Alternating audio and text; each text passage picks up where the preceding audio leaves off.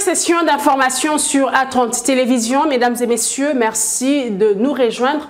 D'abord les titres. La République démocratique du Congo de plus en plus la destination des hautes personnalités. Après Emmanuel Macron, le pays accueille le président suisse en visite humanitaire et de solidarité aux populations victimes de l'insécurité. À l'issue du tête-à-tête ce jeudi avec son homologue, la Confédération helvétique, le chef de l'État Félix Tshisekedi a affirmé qu'il n'y aura pas de dialogue politique avec les rebelles M23. Vers la création d'un front commun entre Fayulu, Matata, Sesanga et Katumbi. Ces acteurs politiques se retrouvent à Lubumbashi pour discuter de la situation générale du pays. Une rencontre qui tombe à quelques mois de la présidentielle prévue en décembre de cette année. À suivre également le cri d'alarme des populations de Kitambo et Bandalungwa qui déplorent la détérioration de la route Équateur 2 ex à Solongo. L'avenue est en état de délabrement suite au débordement des eaux de la rivière Makelele devenue les lits d'immondices. C'est ce qui cause de mauvaises odeurs. Voilà pour tout pour le titre. À présent, les détails. Après le président français Emmanuel Macron, la République démocratique du Congo déroule son tapis rouge au président de la Confédération helvétique, Alain Berset, arrivé dans la soirée du mercredi. Le chef de l'État suisse s'est entretenu ce jeudi avec le président Félix Tshisekedi. Sa visite vise notamment à apporter l'aide humanitaire suisse aux populations congolaises victimes de l'insécurité. À l'occasion, le président Félix Tshisekedi a précisé qu'il n'y aura pas de dialogue politique avec les rebelles M23. Images et commentaires. Le sol de l'aéroport international de Njili ne se lasse pas d'accueillir de hautes personnalités étrangères. Il est à environ 18 h du mercredi 12 avril 2023 quand le président de la Confédération helvétique atterrit à Kinshasa, capitale de la République démocratique du Congo, pour une visite essentiellement humanitaire. Le chef de l'État suisse, Alain Berset, est accueilli au pied de l'avion par le Premier ministre Jean-Michel Samaloukonde, avec qui il a eu un bref entretien. Quelques heures après, c'est dans la matinée de ce jeudi 13 avril que le président suisse arrive au Palais de la Nation pour un tête-à-tête avec le chef de l'État, Félix Tshisekedi. La RDC étale toute son hospitalité à Alain Berset, qui reçoit tous les honneurs.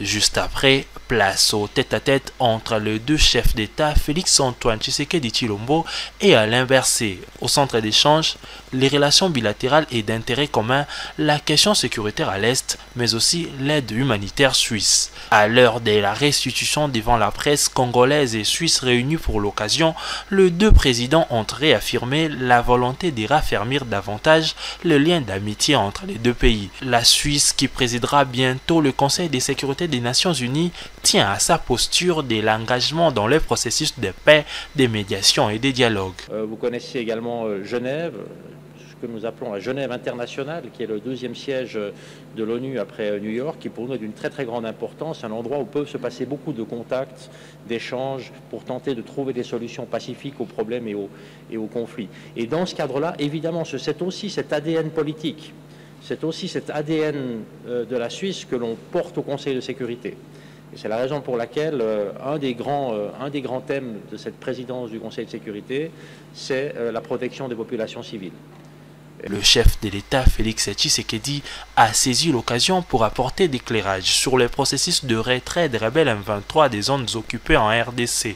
Il n'y aura pas de dialogue politique avec les rebelles M23 qui vont rentrer dans la vie civile, a précisé Félix Tshisekedi. Si ceux qui nous ont fait cette guerre soutenue par le Rwanda sont des Congolais comme ils l'affirment, ils devraient normalement accepter de rentrer dans ce processus de désarmement, démobilisation et réinsertion et rentrer à la vie civile.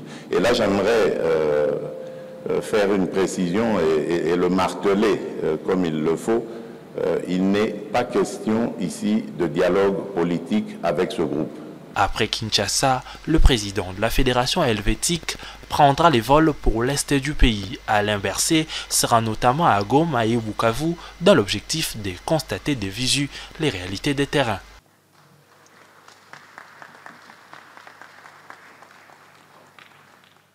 Juste après la rencontre entre le chef de l'État Félix Tshisekedi, le président de la Confédération helvétique a visité les deux chambres du Parlement congolais. Le président suisse a été conduit par Christophe Mbosoko Diapwanga et Modeste Bati Lukwebo, respectivement président de l'Assemblée nationale et du Sénat. Prenant la parole, Alain Berset a rassuré de porter les problèmes de la République démocratique du Congo au Conseil de sécurité des Nations Unies que la Suisse présidera dès le mois de mai prochain. Le député national Paul Tshilumbu a adressé deux questions orales avec débat, l'une au ministre du Travail et l'autre au ministre de l'Enseignement supérieur et universitaire. L'élu de la Tchangou a déposé ces deux initiatives mercredi à l'Assemblée nationale. Élisée Mafou et Merveille Ketita. Le député national Paul Tshilumbu a interpellé les ministres du Travail et de l'Enseignement supérieur et universitaire à travers deux questions orales avec débat déposées mercredi à la Chambre basse du Parlement. L'élu de la Tchangou veut obtenir du ministre de l'Enseignement supérieur et universitaire des explications sur l'amélioration des conditions de travail de professeurs des universités et établissements publics. Nous, représentants du peuple, nous voulons savoir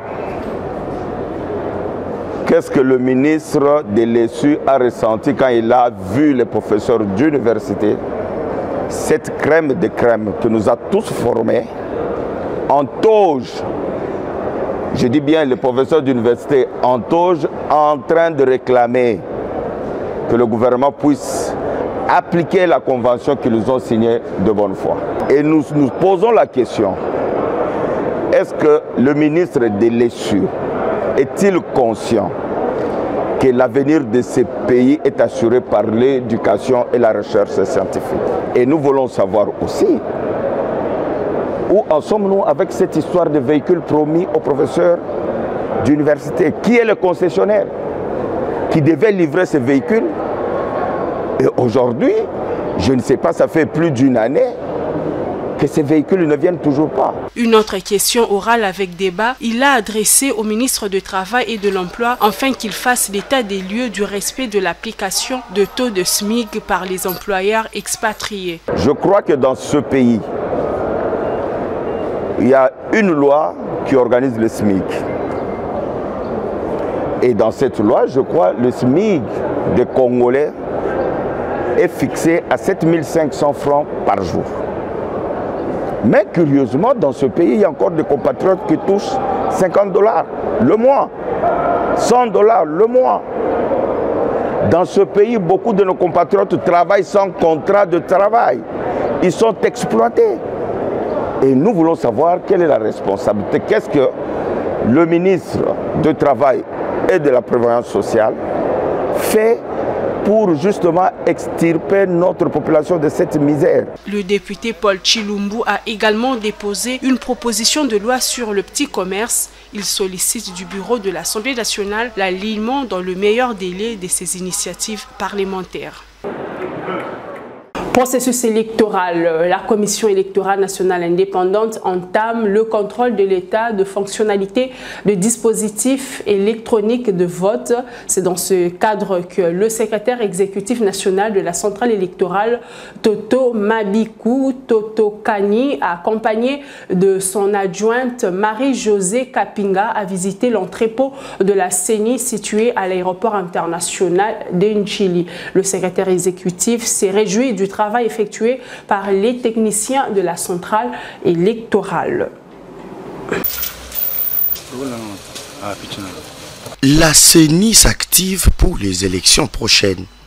Après l'opération d'identification et enrôlement des électeurs, la centrale électorale se projette sur le processus de vote proprement dit, ce qui justifie la descente du secrétaire exécutif de la centrale électorale à l'entrepôt de l'aéroport international d'Ndjili. Objectif, faire l'état des fonctionnalités des dispositifs électroniques de vote.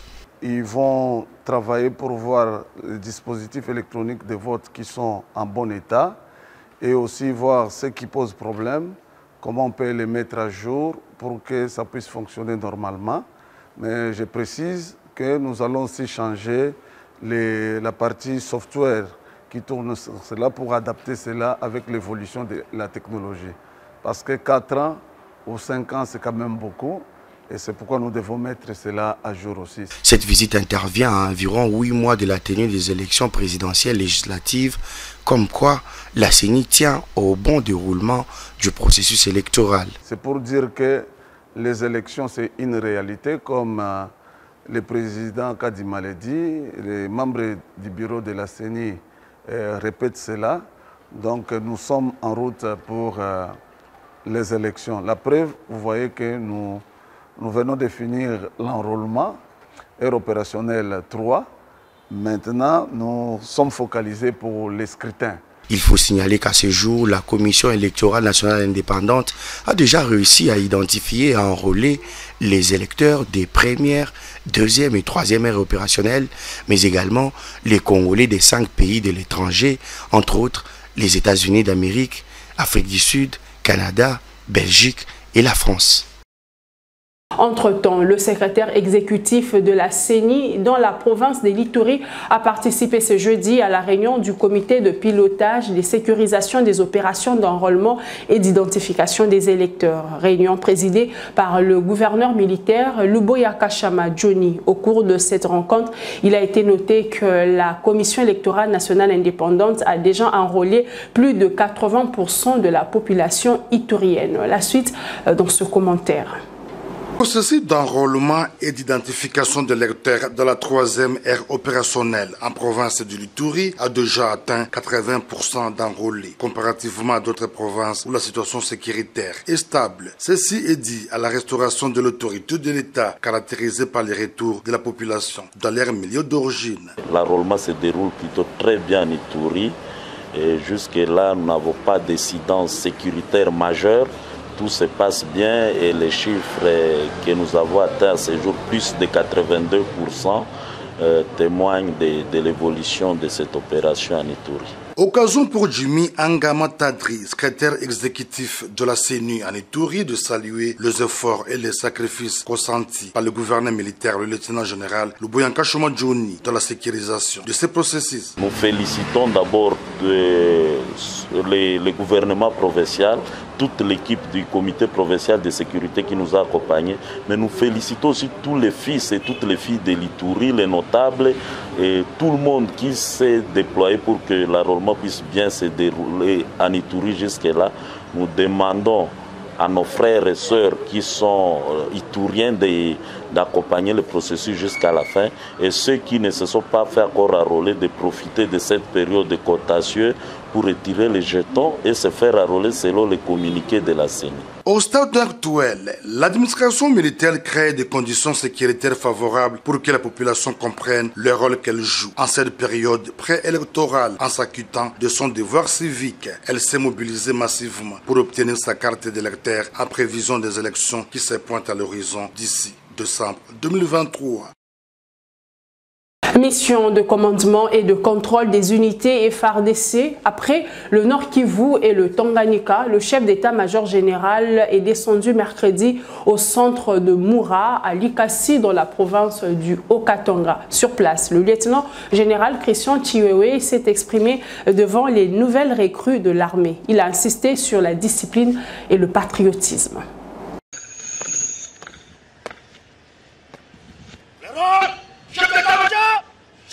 En mission de travail dans la province du Haut-Katanga, le chef d'état-major général de FARDC a visité ce mercredi 12 avril 2023 le centre d'instruction de Moura. C'est un effectif attendu de 7000. Ce centre compte déjà 4017 recrues. Le chef d'état-major général de FARDC est revenu pour sa deuxième fois ici au centre d'instruction de Moura, à Likasi, dans la province du Haut-Katanga. Et c'est après son premier passage où 3 mois de vivres ont été prédispositionnés pour la bonne formation des recrues comme voulu par le chef de l'État, commandant suprême des FARDC. Aussitôt arrivé, le lieutenant général Thio et Songesa Christian a tenu une causerie morale à l'intention de ces recrues déjà en formation. La discipline et le patriotisme ont été parmi les points développés par le chef d'état-major général. Askar, Majesh, ya liboso nalingi nakomisa mbote ya commandant suprême na bino nyonso bayebofandi awa na Mura. Biso toyekotala bino lelo bino bolandaki appel ya mokonzi ya mboka bolebi tokende toyokola mosala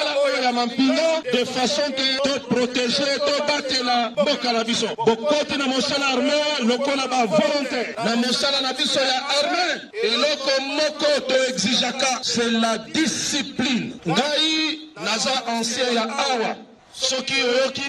Dans l'actualité également, la ville de Lubumbashi, manifestement au cœur d'un deal politique du côté de l'opposition congolaise. Le président des Lécidés, Martin Fayulu, celui de LGD, Matata Pogno, et de l'envol d'Élise Sanga séjournent au chef-lieu de la province du Haut-Katanga. Sur place, ils y rencontreront Moïse Katumbi, président d'Ensemble pour une réunion politique de grande envergure prévue ce vendredi. À quelques mois de la présidentielle prévue en décembre de cette année, plusieurs échos laissent croire que cette rencontre est le signe précurseur de la création d'un nouveau front politique qui fera face à l'union sacrée de Félix Tshisekedi aux prochaines élections. Autre chose à présent, le président de la Commission nationale des droits de l'homme, assisté de ses deux collègues membres de la plénière, a reçu une délégation du Comité international de la Croix-Rouge conduite par Marie-Lise Ackerman, coordonnatrice adjointe de la CIR en charge de la détention. Au cœur des échanges, la problématique des conditions de détention en République démocratique du Congo. C'était mercredi au siège de la CNDH. Le compte rendu de la rencontre avec Edi Chibassou, conseiller politique de la chef de la délégation de la Croix-Rouge. Le CICR a entre autres reçu une mission de pouvoir suivre la situation des personnes détenues dans le milieu pénitentiaire. Et évidemment, comme on le soulignait dans le cadre de cette rencontre, on voit bien qu'il y a des passerelles, notamment de collaboration qui peuvent être établies entre la CNDH et le Comité international de la Croix-Rouge. Ça peut être dans le domaine technique, de renforcement des compétences des membres de la CNDH, cela nous a été clairement demandé, mais aussi ensemble de réfléchir pour voir comment est-ce que chacun d'entre nous peut contribuer utilement à améliorer les conditions de détention dans les différents lieux de la République démocratique du Congo. Mais nous retenons une très bonne impression, dans la mesure où une nouvelle équipe vient d'arriver. Ils ont partagé avec nous quelles étaient les différentes stratégies qu'ils étaient en train de mettre en place pour pouvoir adresser avec efficacité les questions liées à la promotion et à la protection des droits de l'homme. Le Fonds des Nations Unies pour la population a lancé le projet Hackathon, un concours de développeurs d'applications mobiles pour sensibiliser et renforcer l'exploitation et abus sexuels en République démocratique du Congo dans le contexte humanitaire. Le concours est ouvert à des équipes des jeunes de 3 personnes âgées de 18 à 35 ans en tenant compte du genre. Commentaire. Le hackathon vise à donner l'opportunité à des groupes de jeunes développeurs d'applications de proposer en 72 heures des solutions mobiles efficaces sur la protection contre l'exploitation, abus sexuels et harcèlement sexuel en République démocratique du Congo. Appelé également Tambour Zéro, c'est le président de l'UNFPA qui a procédé au lancement officiel de ce concours des développeurs d'applications mobiles. Dans le cadre de ce concours, nous avons décidé de cibler les jeunes. Pourquoi les jeunes? Parce que nous croyons beaucoup aux jeunes. Les jeunes sont dynamiques et aussi créatifs. Et deuxième raison, c'est que nous travaillons aussi, nous croyons au potentiel des jeunes. Pour que le pays soit bien développé, il faut investir dans les jeunes. Donc c'est pour les permettre à réaliser leur potentiel. C'est pour ces raisons que nous focalisons sur les jeunes et nous tenons compte aussi du problématique du genre. C'est pour cela que nous envisageons un groupe avec les deux sexes bien représentés.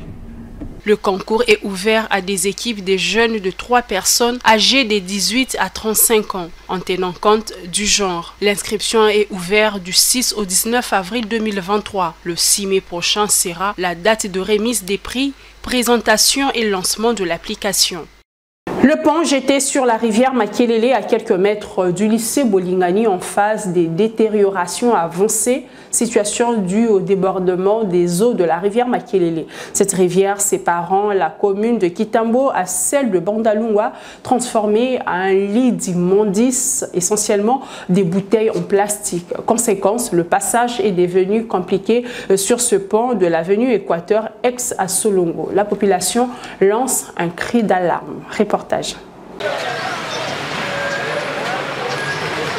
Ces immondices, constitués principalement des bouteilles en plastique, voilà ce qui empêche les eaux de la rivière Makelele d'écouler correctement d'une rive à une autre. Nous sommes sur l'avenue Équateur D, jadis à Solongo, à quelques encablures du lycée Bolingani et de l'hôpital des références de Kintambo. À chaque pluie, les eaux de la rivière Makelele, transformées ici en un fatras d'immondices, débordent de son lit.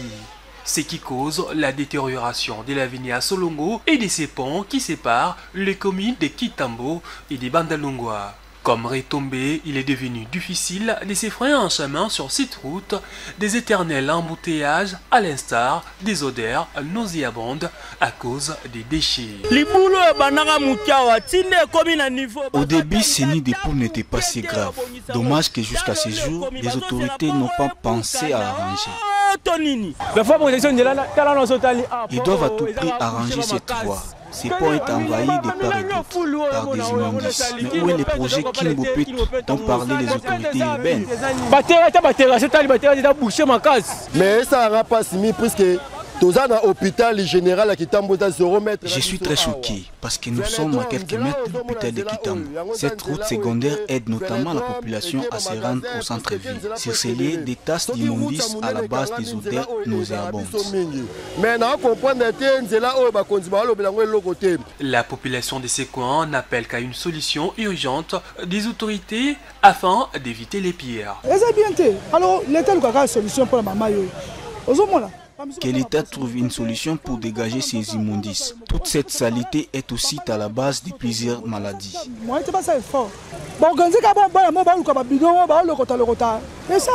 Canalisation maï, canifamo ezala koto kuna. Ebeba ekoma boucher maï moeleka ezate maï nyonso koma vana libulo na yango moni libulo e grave baluka mwa moye osa libulo peba place fo.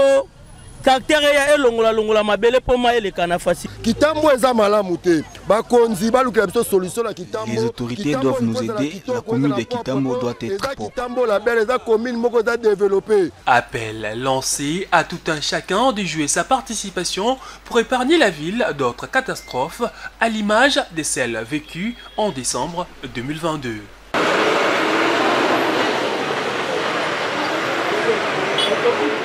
Mesdames et messieurs, c'est par ici que prend fin cette session d'information. Merci de l'avoir suivi. Vous retrouverez demain James Mouchia.